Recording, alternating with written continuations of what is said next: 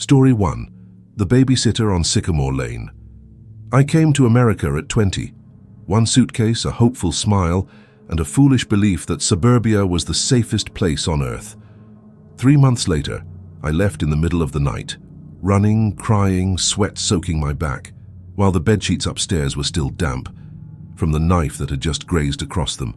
The family was called the Whitakers, living on Sycamore Lane, Fairfax, Virginia. A quiet street, perfect lawns, little American flags on porches. They had 2 boys, Tyler, 12, loud, friendly, and Noah, 9, quiet. Too quiet. When I first entered, Noah stood at the end of the hallway, head tilted unnaturally, eyes wide and unblinking. He asked, slowly, carefully, "Will you last longer than the other one?" Mrs. Whitaker laughed it off. "Noah's imagination is wild, don't mind him." Then she gave me a list. "Don't leave the back door open. Never go into the basement after 9. Always lock your bedroom door. Lock my door. In a family home. In a safe neighborhood." I smiled politely. But that very first night, the doorknob rattled once, like someone testing it. I turned on the light. The hallway was empty, except for a shadow moving across the stairs. Noah was always lurking, appearing at the edge of doorways, peeking from behind the couch. One afternoon, I was folding laundry. I looked up and saw him staring at me through the cracked door, grinning so thin it looked carved. That night, my toothbrush was smeared with something thick and red. I thought it was paste, until I smelled it. Raw blood. "Noah, why?" I whispered. He shrugged. "To see if you'd scream." Week 6. I pulled back the sheets and froze. The mattress was covered in hundreds of upright sewing pins, glittering in the lamplight. The fitted sheet was punctured with fresh holes. Noah stood in the doorway, fingers still dusted with metal shavings. He whispered, "You weren't supposed to look first." I cleaned it in silence until dawn, too afraid to tell his parents. The garden smelled foul. Behind the ginkgo tree, the soil had been freshly turned. I dug a little and gagged. 3 sparrows, slit open, their eyes gouged, one tied by the legs with fishing line. I called for Mrs. Whitaker. She frowned, glancing at Noah. Kids sometimes do cruel things. Noah looked at me, then winked. By then I always locked my door, but locks can be picked with a hairpin. I learned this when I heard faint clicks at 2:13 a.m. The door creaked open. Noah stepped in, clutching a long kitchen knife. I screamed. Lights flicked on. His parents rushed in. Noah dropped the knife, sobbing. I was sleepwalking. Mrs. Whitaker turned to me, annoyed. "You scared him." But as they led him away, Noah leaned close and whispered, "Just for me. Next time I won't wake you." The next day, I set up my phone to record the kitchen, aimed at the knife drawer. At 1:58 a.m., the footage showed a small hand pulling a knife, dragging the blade across his tongue before vanishing into the dark. The next morning, I showed Mrs. Whitaker. She watched 5 seconds, deleted it. "You don't film my children without permission. This is America." At the table, Noah ate his cereal, staring right at me. On his wrist, a straight, clean cut, like practice. Monday morning. Mrs. Whitaker summoned me to the living room. She held out a pearl necklace. "This went missing last week. Last night I found it in your bag." I froze. I hadn't touched it. Noah leaned on the doorframe, grinning. I remembered I'd left my bag in the kitchen while doing laundry. I begged them to check the security cameras. Mr. Whitaker sighed. "Systems down." They gave me 24 hours to leave. Contract over. As I went upstairs, Noah slipped a drawing into my hand. A girl sleeping, surrounded by knives.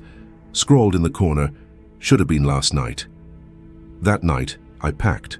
At 3:07 a.m., I rolled my suitcase downstairs. The front door swung open, cold air rushing in. On the doormat, a bent hairpin, the same kind that had picked my lock. I turned one last time. Upstairs, behind the curtain, a small face watched me. But it wasn't Noah, it was Tyler, the good one, the friendly one. He pushed the curtain aside, put a finger to his lips. "Shh." Then he pointed, not at Noah's room, but at my locked door upstairs.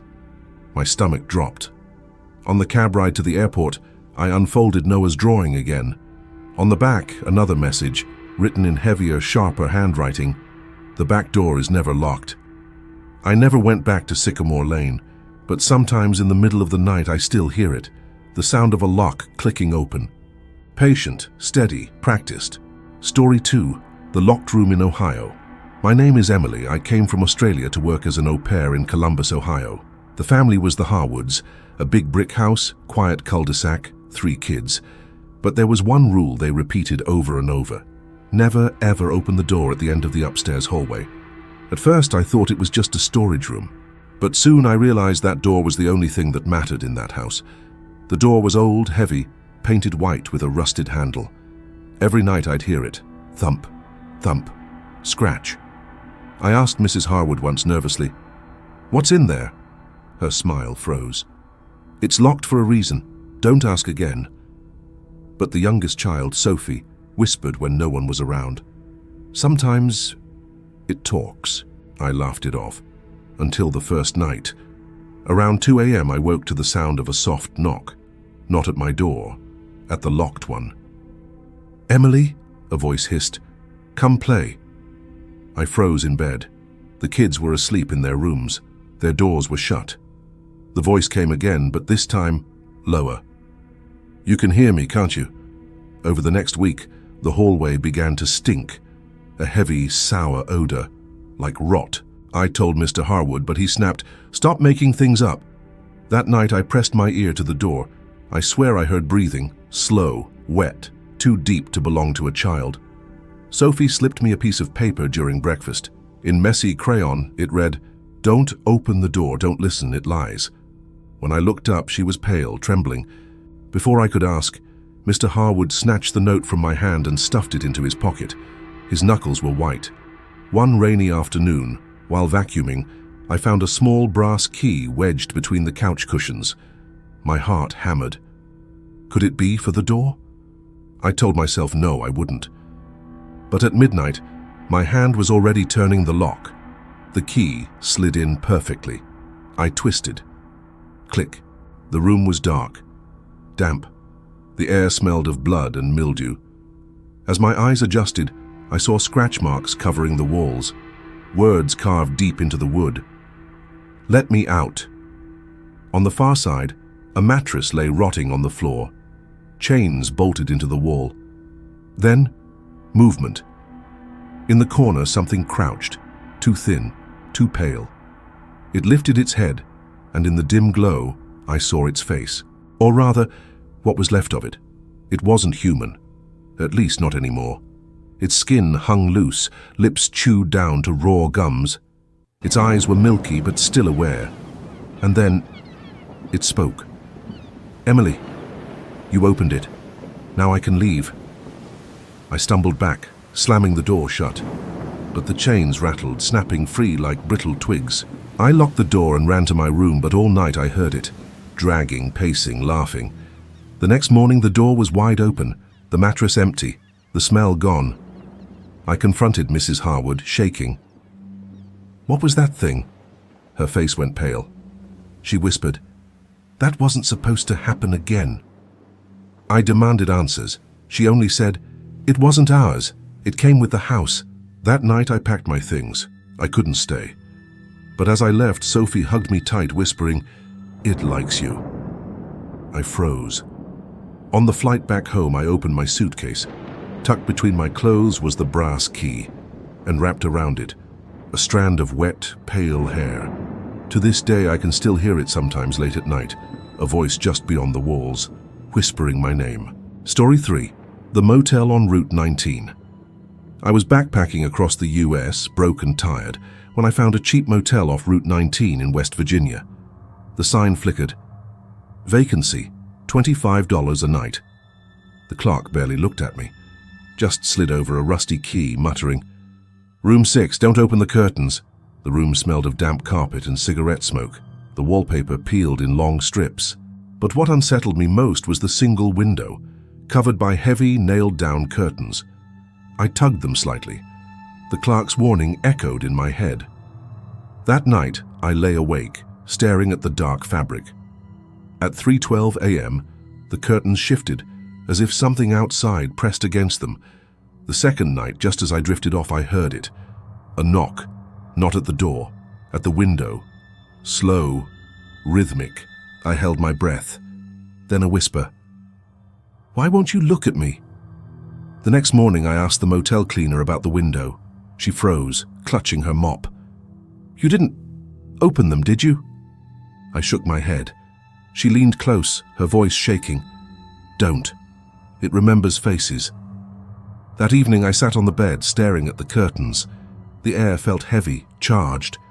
Then I saw it, a shadow moving across the fabric. Tall, thin, too long.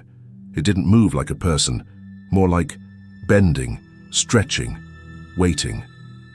I whispered to myself, "It's just my imagination." But then, fingers. 5 long black shapes pressed against the cloth from outside. While packing, I found a photograph in the nightstand drawer. Old, faded. It showed a young couple standing right outside room 6, smiling. But behind them in the window was a figure, blurred, distorted. The same long shadow I'd seen the night before. The motel phone rang at 1:44 a.m. I hesitated, then answered. A raspy voice whispered, "Pull the curtain. I want you to see me." I slammed the receiver down. The phone rang again instantly, and again, and again. On the 4th ring I picked up, only to hear my own voice repeating back my words from earlier. "It's just my imagination." By the 4th night I couldn't sleep. The pressure to look, to see, it was unbearable. The curtain rippled as if something leaned closer. The whisper came again. "One glance, that's all." I clenched my fists, shaking, then scratching. Sharp. Metal against glass. I realized it was carving, etching something into the window. In the morning I dared to touch the fabric. Through the curtain the glass was warm, and the words carved into it, "Hello, Emily." I stormed to the front desk, demanding answers. The clerk looked exhausted, terrified. "People disappear from that room," he said finally. "Always the ones who look." He slid a small box toward me. Inside were dozens of Polaroids, different guests, same spot, all smiling outside room 6. And in every single one, behind them in the window, that same figure. Closer each time. I packed to leave. But at midnight, I woke to the sound of the curtains tearing open. The nails screeched against the wall as the fabric was pulled aside. Cold air flooded the room. I forced myself to look, just once. What I saw wasn't a face, it wasn't even human. Just endless black stretching into nothing, with teeth glinting like broken glass. The last thing I remember was it whispering, through every wall, every crack. "Now you've seen me, now I'll always see you." I woke up in my own bed back home, weeks later. I thought it was a dream, until last night. I closed my bathroom mirror, and in the reflection just behind my shoulder, the curtain slowly swaying.